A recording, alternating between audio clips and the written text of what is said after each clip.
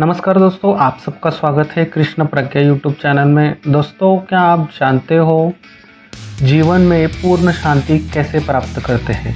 क्या आप जानते हो अहंकार मुक्त कैसे रहे? दोस्तों, ये अगर आपको जानना है तो आपको भगवद गीता का जो दूसरा अध्याय है उसमें से 71 नंबर का श्लोक आपको जानना और समझना बहुत ही ज़रूरी है। चलिए देखते हैं क्या है वो श्लोक। हमारा श्लोक है ये।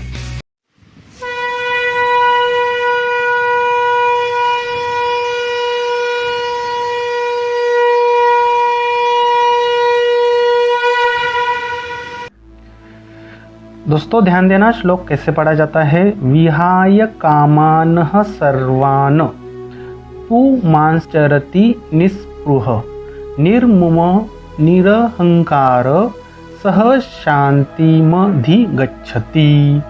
विहाय कामानः सर्वान् पुमांश्चरति निस्पृह निर्मम निरहंकारः सह शान्तिमधिगच्छति। चलिए देखते हैं दोस्तों इस श्लोक का संधि विच्छेद और उसका शब्दशः हिंदी अर्थ देखते हैं। हमारे श्लोक की पहली लाइन है विहाय कामानः सर्वान् पुमांश्चरति निस्पृह। इसका संधि विच्छेद करते हैं। विहाय कामानः का संधि विच्छेद जैसे है वैसे आएगा। सर्वान् धन पुमान धन चरति निस्पृह का संधि विच्छेद जैसे है वैसे आएगा। हिंदी अर्थ देखते हैं। विहाय का अर्थ होता है छोड़कर, कामानः का अर्थ होता है इच्छा को यानी कि काम वासना।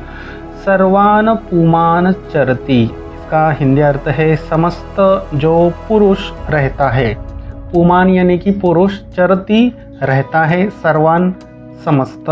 निस्पृह का अर्थ होता है इच्छा रहित। श्लोक की दूसरी लाइन देखते हैं। निर्ममो निरहंकार सह शान्तिमधिगच्छति। दोस्तों इस लाइन का संधि विच्छेद ऑलमोस्ट जैसे है वैसे ही आएगा, सिर्फ यहाँ शांतिम धन अधिगच्छति ऐसा संधि विच्छेद होगा। हिंदी अर्थ देखते हैं। निर्ममो का हिंदी अर्थ होता है ममता रहित। निरहंकार का अर्थ होता है अहंकार रहित। सह का अर्थ होता है वह।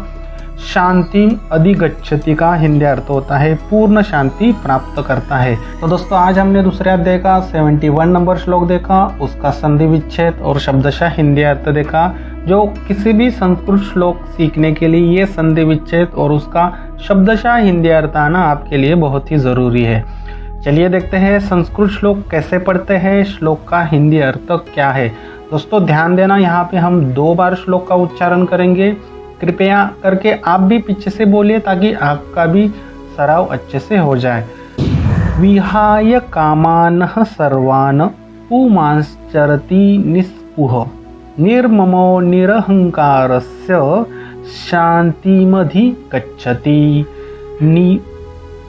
विहाय कामानः सर्वान् पुमांश्चरति निस्पृह निर्ममो निरहंकारस्य शान्तिमधिगच्छति। भगवान श्री कृष्ण अब अर्जुन को क्या बोलते हैं कि हे अर्जुन, विहाय कामानः सर्वान् पुमांश्चरति निस्पृह, अर्थात छोड़कर इच्छा को समस्त जो पुरुष रहता है इच्छा रहित, यानी कि जो समस्त जो इच्छा है उसको छोड़कर जो पुरुष रहता है इच्छा रहित। बाद में क्या कहते हैं? निर्ममो निरहंकारस्य शान्तिमधिगच्छति। ममता रहित, अहंकार रहित वह पूर्ण शांति प्राप्त करता है। दोस्तों जब भी हम सारे इच्छा का त्याग करते हैं तो यहाँ पे जो निर्ममो यानी कि ममता रहित किसको बोला है? जो हमारी इच्छा है उसके प्रति हमारी जो ममता रहती है ये कहा गया है। ऐसे नहीं कि आपको किसी के प्रति ममता है ये वहाँ पे शब्द अलग है ये अलग है। तो जो इच्छा है उसकी जो ममता है उसको छोड़कर अहंकार रहित वह पूर्ण शांति प्राप्त करता है।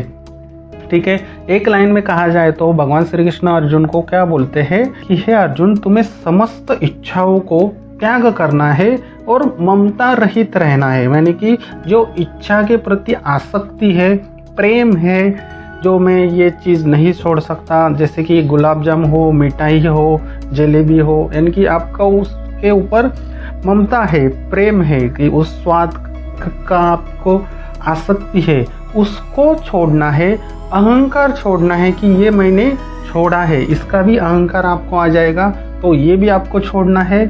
जो व्यक्ति वह छोड़ता है वह पूर्ण शांति प्राप्त करता है। तो हमने पहले प्रश्न देखा था कि पूर्ण शांति कैसे प्राप्त होती है। समस्त इच्छाओं का त्याग कर कर ही मनुष्य को शांति प्राप्त होती है। ठीक है, यही है इस श्लोक का अर्थ। कुछ प्रश्न है तो कमेंट्स में कमेंट्स जरूर करना। चलिए देखते हैं श्लोक कैसे याद रखें विद विजुअलाइजेशन। किसी भी श्लोक को याद रखने के लिए विजुअलाइजेशन करते हैं। 5 ज्ञानेंद्रियों को यूज करना है। कृपया करके आंखें बंद कीजिए, कपिध्वज है, प्रणाम कीजिए और विजुअलाइजेशन को शुरू करते हैं। भगवान श्री कृष्ण आपको बोलते हैं कि आपको समस्त इच्छाओं को छोड़ना है। आपको समस्त इच्छा है उसको छोड़ना है, यानी कि इच्छा रहित रहना है। आपकी जो जीवनी है उसमें कुछ इच्छा नहीं होनी चाहिए। और बाद में क्या बोलते हैं, जो इच्छा का जो आपका प्रेम है, यानी कि जो वस्तु के प्रति ममता है, वो ममता रहित रहना है। क्योंकि कभी कभी क्या होता है, हम वस्तु तो छोड़ते हैं लेकिन उसके ऊपर जो आसक्ति होती है, ममता रहती है, वो हमेशा अपने मन में रहती है, तो उसका भी त्याग करना है। अहंकार रहित रहना है, यानी कि ऐसा नहीं कि आपने उस वस्तु का त्याग किया तो आपको अहंकार आएगा। कभी कभी देखिए, हम लोग कोई वस्तु का त्याग करते हैं तो हम बोलते हैं एक दूसरे को कि मैंने इतने साल हो गए, मैंने ये नहीं खाया, वो नहीं खाया, तो अहंकार आता है। तो ये अहंकार भी हमें नहीं आना चाहिए। वही पुरुष पूर्ण शांति प्राप्त कर सकता है।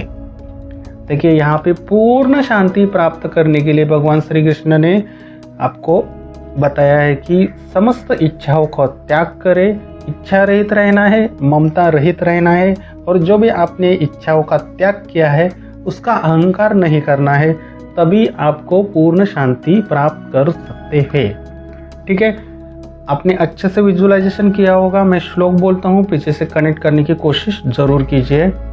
बहुत ही महत्वपूर्ण श्लोक है। विहाय कामानः सर्वान् पुमांश्चरति निस्पृहः निर्ममो निरहंकारस्य शांतिमधि गच्छति। एक बार फिर से श्लोक पढ़ता हूँ। विहाय कामानः सर्वान् पुमांश्चरति निस्पृहः निर्ममो निरहंकारस्य शांतिमधि गच्छति। अब दोस्तों, आप आगे खोल सकते हैं। जो भी आपने विजुअलाइजेशन किया है पुनः उसको स्मरण कीजिए। 2 मिनट वीडियो के पॉज के बाद चलिए देखते हैं क्या है इस श्लोक के प्रश्न। एक ही प्रश्न है, आपने इस श्लोक से क्या सीखा। बहुत ही महत्वपूर्ण सीख मिली हम लोगों को। जो भी समस्त इच्छा है उसका त्याग करना है, इच्छा रहित हमें जीवन जीना है। क्योंकि आप में जो भी इच्छा करते हैं, क्या दोस्तों वो सच में पूरे होते हैं? नहीं, क्योंकि हमारे कुछ लिखित होता है, जो विधि लिखित है वही घटित होता है। तो इच्छा करने का कोई मूल मंत्र रहता ही नहीं है।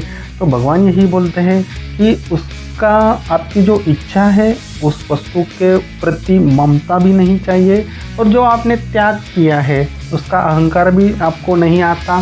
तो आपको जीवन में पूर्ण शांति प्राप्त होती है। जब जीवन में पूर्ण शांति प्राप्त होती है तभी हम मोक्ष के लिए तैयार होते हैं।